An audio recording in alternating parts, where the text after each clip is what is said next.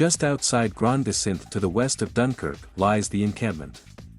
Scores of tents straddle a railway track and curve around by a canal, wedged in between a main road and an industrial estate. People have come from all over the world to be here, searching for a way to cross the channel and start a new life in the UK. There is a whole community of people whose lives are bound up with these migrants on their doorstep.Eve-Marie Dubiez, a local to the area, is one of half a dozen volunteers doling out sandwiches and hot chocolate on Friday morning. Her group provides breakfast here twice a week, armed also with rain ponchos, socks, and sometimes shoes, when they can get them. She is confident there will be a solution to the migrant crisis in northern France. But these are the ones paying the price for the moment, she says, gesturing to the people collecting food from her colleagues. Eve-Marie has spent the last 15 years working in camps like these. She says police regularly move people on, demolishing camps or pushing people further along the coast.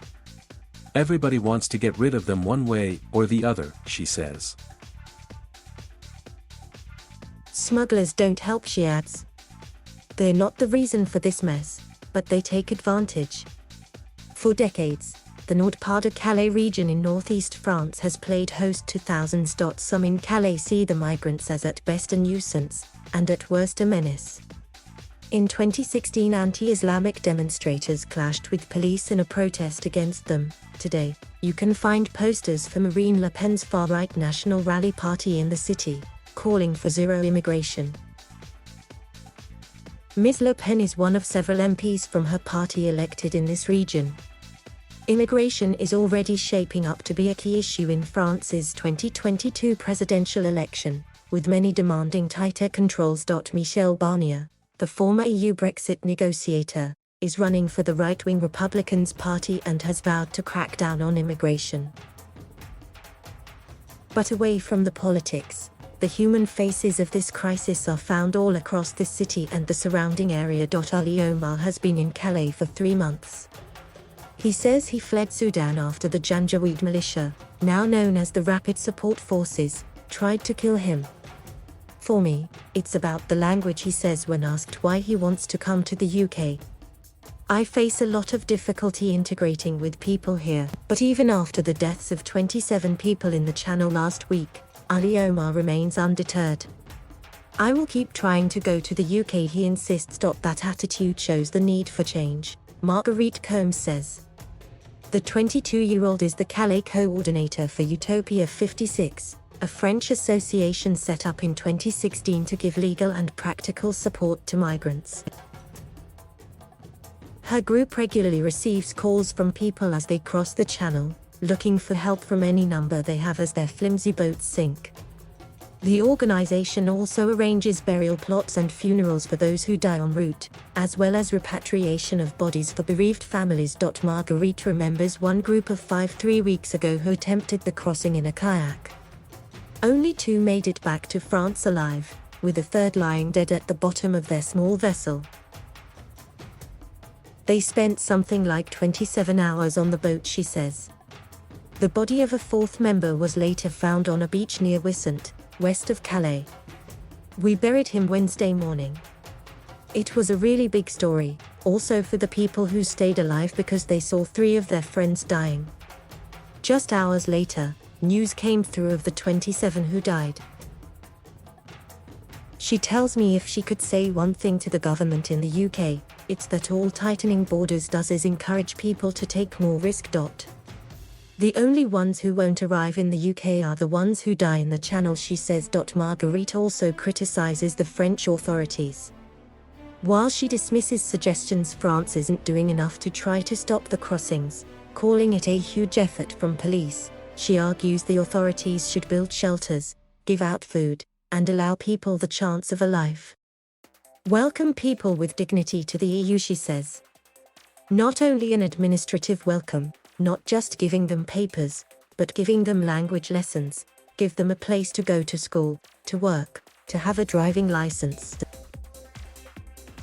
Father Philippe de Mystery agrees on the need for practical change. On Saturday night, migrants and locals have gathered at his dinner table in his home in the north of the city. The evening before, Volunteers from the refugee community kitchen gave out generous portions of pasta to groups of young men gathered just outside, chatting and laughing in the November cold. In recent months, Father Philippe became known across France after starting a hunger strike to protest against the destruction of migrant camps as winter draws in. He managed 25 days, while his two fellow demonstrators, Agnès Fogel and Ludovic Holbin, stayed without food for 38 days each. "I was never hungry, I was very fine with it. It was something very ordinary," the 72-year-old says as he chews peanuts before the meal begins. Over the phone, Agnès is angry about how authorities responded to their strike, opening up a shelter for 300 people in the city. At the time there were 1,500 people outside. So, okay, it's 300 people less in the street for one night, but it's nothing. "And when we stopped the hunger strike they closed this place," she says. But the response from locals was overwhelming, she says. They came to the church daily to discuss the situation with the hunger strikers. They feel really sad. They have this feeling that they don't know what to do, she says. She and her partner Ludovic only moved to Calais this year but have now set up their own aid group to help those who come here. "We didn't know the situation about Calais. We said, let's stay for a few days. And now it's 9 months later," she says. Ludovic shares her frustration with the government. They apply the same solution for 30 years now, and the solution doesn't change anything, he says. The 38-year-old believes that many of the people now trying to reach the UK didn't plan to when they first arrived in Europe, but after years of sleeping rough decide the UK is the only option. Europe doesn't accept them, doesn't offer them a real life with the possibility to have a good job and to rent a flat, he says. For him, this is not an abstract debate. There need to be practical measures to stop people making the dangerous sea crossing, which are continuing even during the riskier winter months. "It's not about, what do you think about the migrant situation," he says. "People are here now. We cannot let people die."